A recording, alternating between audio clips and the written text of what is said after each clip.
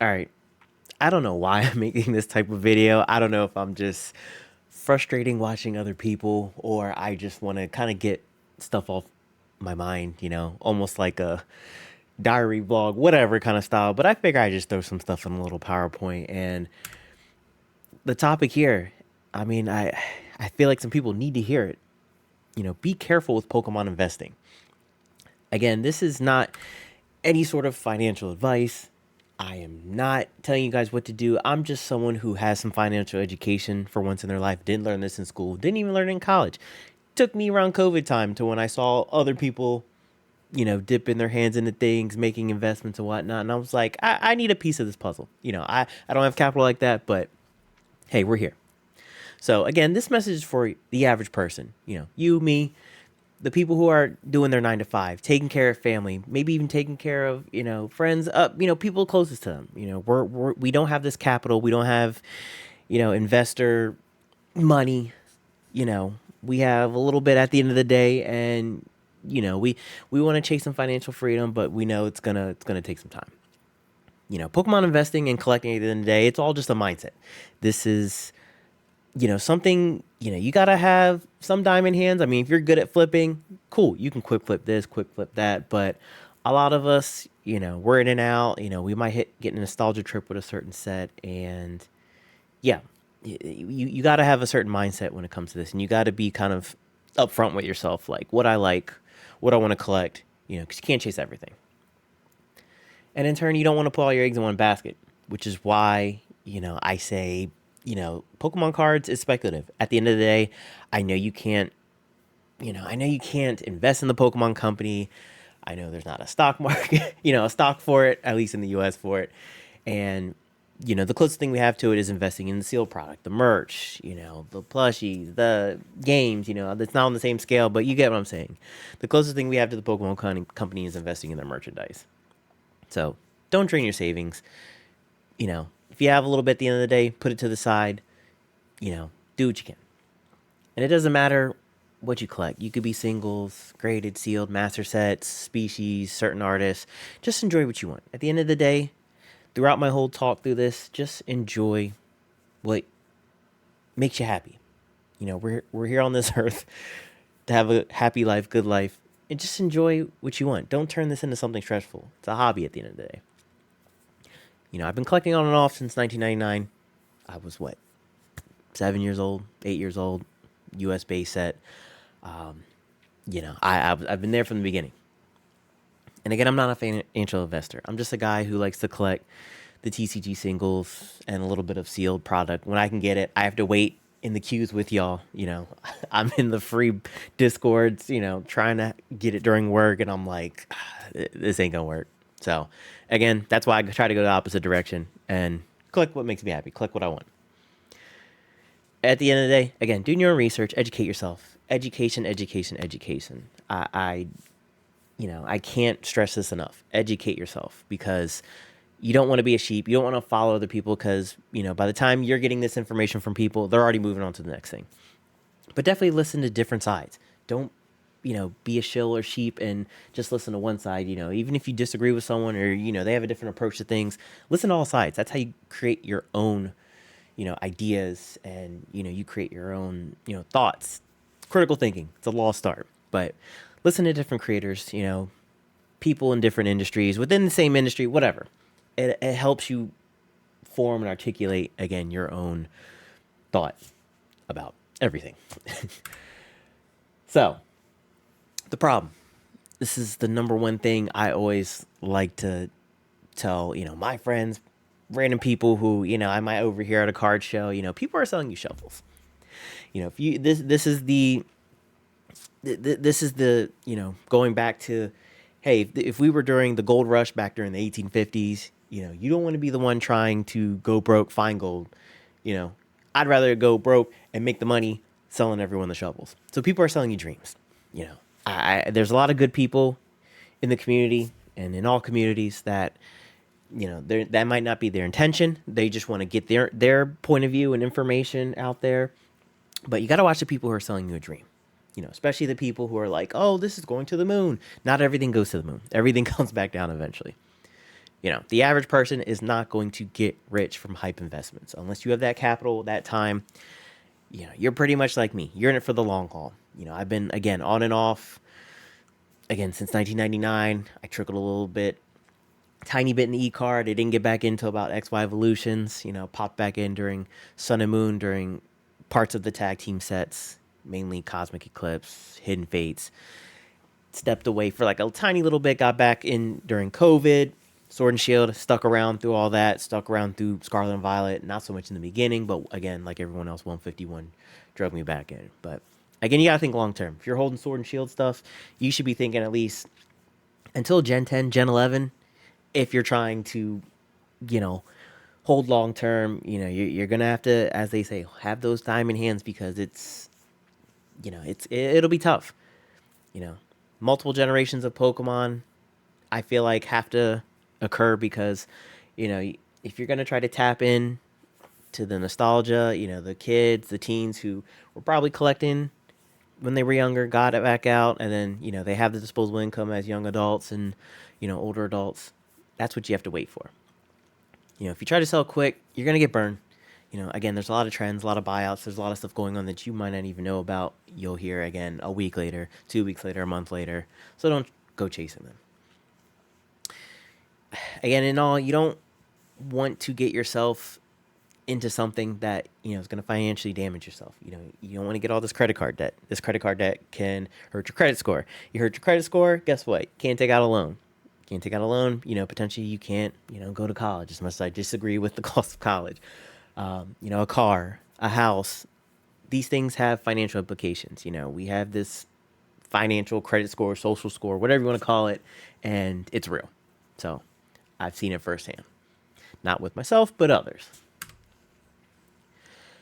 So we're going to get into some few parts of what you should actually do. I mean, again, I'm not a financial expert. I'm just suggesting, things that I've seen, dealt with firsthand, and, stuff that will put you in a good position. A lot of these are, again, diversifying yourself. If you want to be solely in a Pokemon, which, again, I wouldn't suggest, then diversify yourself. Vintage, modern, the hyper modern, sealed, a little bit of graded, get some, raw cards. You got to appeal to kind of everything. And then once you kind of see what kind of takes off and, what doesn't, then you can potentially, sell, take a profit again. Don't be afraid to take some profits and move into something that you like. But getting back on topic, get your foundation right. Make a budget spreadsheet, put all your expenses in, put everything. Don't skimp out on anything. Put all your income streams. If you have one job, put the one job in. If you got a side hustle, put the side hustle. If you DoorDash, do any sort of gig, put it in. It counts. eBay, whatever. Put everything in. And, see if you're in the red each month. Are you in the green? Are you barely breaking even? You need to visually see everything. And you want to kill the debt. Kill off the revolving debt, the credit cards. If you got 1, 2, 3, 4, 5 credit cards, I mean, I personally suggest only having one credit card. But if you need to cut yourself off, cut yourself off. Get professional help. Talk to somebody. Do what you have to do. Because the only way you're going to do it is if you pull the Band-Aid off. So get yourself out of the rat race, the revolving door. Get rid of credit cards. Those things are not a game. Also, cut out the vices. If you're eating out every day, cook. Go to the grocery store. Don't be lazy. If you gamble, I suggest cutting that back. Put that into something, for yourself, for your potential future, for, if you potentially have a kid, spouse, whatever, something that'll put you in a good position. And if all else fails, open up another account, put it in a savings account, put it away somewhere. If you have enough, put it in a high yield savings. And again, I'm telling you, the long term, the future, if you hold, you will see results. Another thing, if you are trying to build yourself wealth, if you want to be able to help yourself so you can help others, definitely take advantage of the opportunities that are out there. For example, if you have a job, 401k, that's a no-brainer. It doesn't have to be, 12% or 15%, whatever. Do 8%, do 5%, do 4%, do something to put away a little bit of money for you for retirement. I know we can go on a rabbit hole about this, but you know, hopefully if it's there, it's there. If not, you know, you're setting yourself up for the future. And if you have an employer that matches, that's free money every year. So that could be, you know, grand, couple grand, 3 grand, 5 grand, whatever it is, whatever, you know, you're putting in, your employer will match it. Open up a brokerage. Could be an individual account, a Roth IRA. You could do, I like Fidelity. If you don't, you know, I wouldn't suggest Robinhood because they try to gamify it. You know, they have the prediction app, you know, the prediction market side of the app, and, you know, it's still good at the end of the day, but, you know, do something that's simple. Again, that's not going to notify you 50 billion times and try to gamify, you know, this thing. You want to do something that's going to be, again, conservative, simple, consistent, and, you know, take that money again that you were using for your vices, put it in to these, you know, things weekly, monthly, whatever frequency you think is good for you. And, you know, target the blue chip dividends. You know, definitely do your research. Do your research. Do your research. There's, you know, like I said, Microsoft, Exxon, Visa. You have all these companies that are big, lovely corporations. Get your slice of the pie. You know, and they, especially if they do a dividend, you know, it's basically getting a mini paycheck. And if you reinvest, that snowballs, that adds on and adds on, you'll get a bigger share, you know, every quarter, you know, every time they do this. If you don't like them, you don't like stocks, you know, just do a basket of stocks, ETFs, VOO, it's the Vanguard S&P 500. If you don't like that, you know, too many tech stocks, whatever, do SCHD. That's the Schwab high dividend. I think it's the high dividend. Again, pretty much everything that's opposite of tech, really good as well. You know, they're solid. They're not going anywhere. And again, if the rich can do it, you can do it too. Anybody can invest. Like I said, invest in yourself. And if you want to go down, hey, the prepper route, the, you know, physical assets, I wouldn't even call this prepper because you got banks, you got billionaires, you got everyone in between, you know, FOMOing over this. So, but physical assets. Mainly I'm talking bullion, but you can also say, hey, ammo, food and water, extra preps, batteries, whatever. Something that's tangible, something that you could hold, something that, you know, has a purpose. You could pass it down. You can use an emergency. Again, no one's going to help you. You know, you might have your family, your friends, your community, but, you know, the government won't help you. That's why, like I said, invest in yourself, put money away for yourself. Gold, silver, you can even look into platinum, palladium, copper. These are all rare earth metals that have purpose. And again, though they have their value, you know, it's an insurance against the dollar. And like I said, it's tangible. Think of it as a savings account that you can touch, you can hold, because big banks, they like to, you know, they like to loan your money out, and they're only obligated to hold, I think, 1/10 of that. So, I mean, I'll put my hands up. You let me know what's going on there. So, but to kind of round this back, all the way back to Pokemon, like I said, invest in yourself first. Don't drain your savings account for Pokemon. It's not worth it. At the end of the day, it's child's card game. It's shiny cardboard.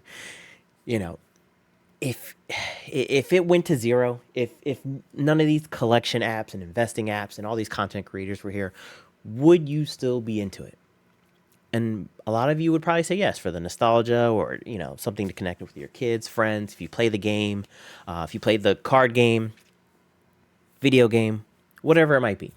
So only put in what you're afraid to lose, because at the end of the day, you don't want to be getting yourself into a hole. And if you are going to invest properly, track things properly, like I said, do your priorities first. Just be patient. Again, there's data. I mean, again, everyone wasn't thinking about this back 30 years ago when the card game first came out, but it has a strong history. It's the number one IP. I mean, it can only go up from here, as long as we take care of each other, take care of the hobby, and, you know, take care of yourself, like I said, first. This isn't something you should be stressing about. It's something you should be having fun with. If you enjoyed this video, I mean, like I said, this is something new for me. I just kind of had something on my brain. I'm going to go back to my regularly scheduled content, but definitely leave me a like. Leave me some comments down below of what you think. Always open to feedback as well. Don't forget to subscribe as well, and we will see you in the next video. Later.